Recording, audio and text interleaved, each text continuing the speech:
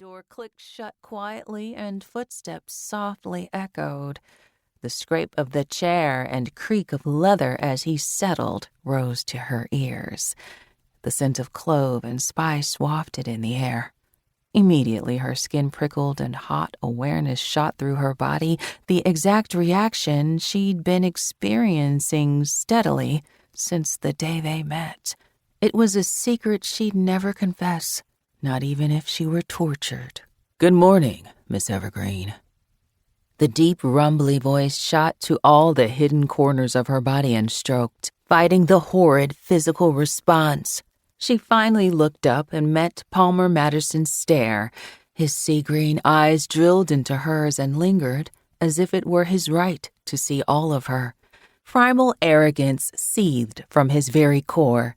He knew he attracted women like he was a giant chocolate bar and they were gripped by PMS.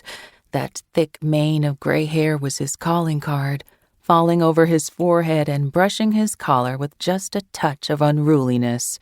His features were pure aristocracy. The sharp blade of his nose, the curl of his full lips, the defined cut jawline.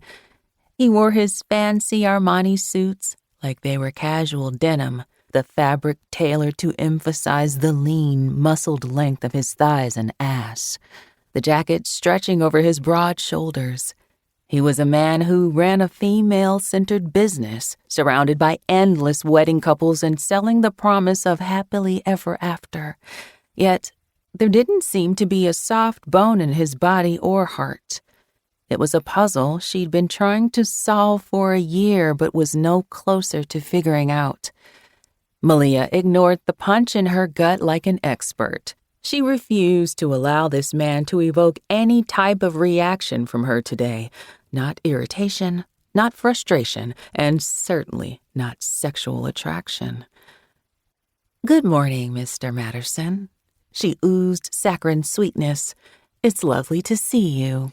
A flare of surprise lit briefly in his eyes and was quickly masked. She usually addressed him in a chilly, polite voice, but he reacted smoothly. "It's lovely to be missed. I assume you've seen the latest figures." While assumptions are dangerous for multiple reasons, in this case, yes. I sent Emerald the stats, and I'm sure you'll be pleased. Satisfaction curled in her belly when his gaze narrowed. She'd always danced along the edge of cheekiness, preferring to cloak her insults with clever folly, but he seemed to volley each of them in perfect retaliation. Malia admitted the man might be a giant jerk, but his banter was legendary. He must exhaust his many female companions, maybe in more ways than one. "While many asses may disagree, I think there should be some assumptions in business in order to reach a common foundation, don't you?" She refused to grin at his obvious jab. "No. Foundations can be reached by an open dialogue where both opinions and expectations are honestly shared until an agreement is reached. It's called democracy, not monarchy, and it avoids making asses out of anyone." Andrea cocked her head and watched. Emerald tapped rapidly on his phone, but he looked up briefly with interest at the exchange. "At least you didn't call me a communist," Palmer said mildly. She widened her eyes in mockery. "I'd never insult you, Mr. Matterson." "Of course not. It's just a shame you didn't put your motto into action. We could have avoided the disaster of your latest quench mailing." His voice crisped around the edges, steering Malia right back into the ruthless businessman. A shred of worry nagged at her current smugness. "What do you mean? The ad is flawless. The sales numbers are solid. The matching web ad clearly shows engagement." "Along with my competitor." He motioned to Emerald, who slid the latest glossy magazine over the table.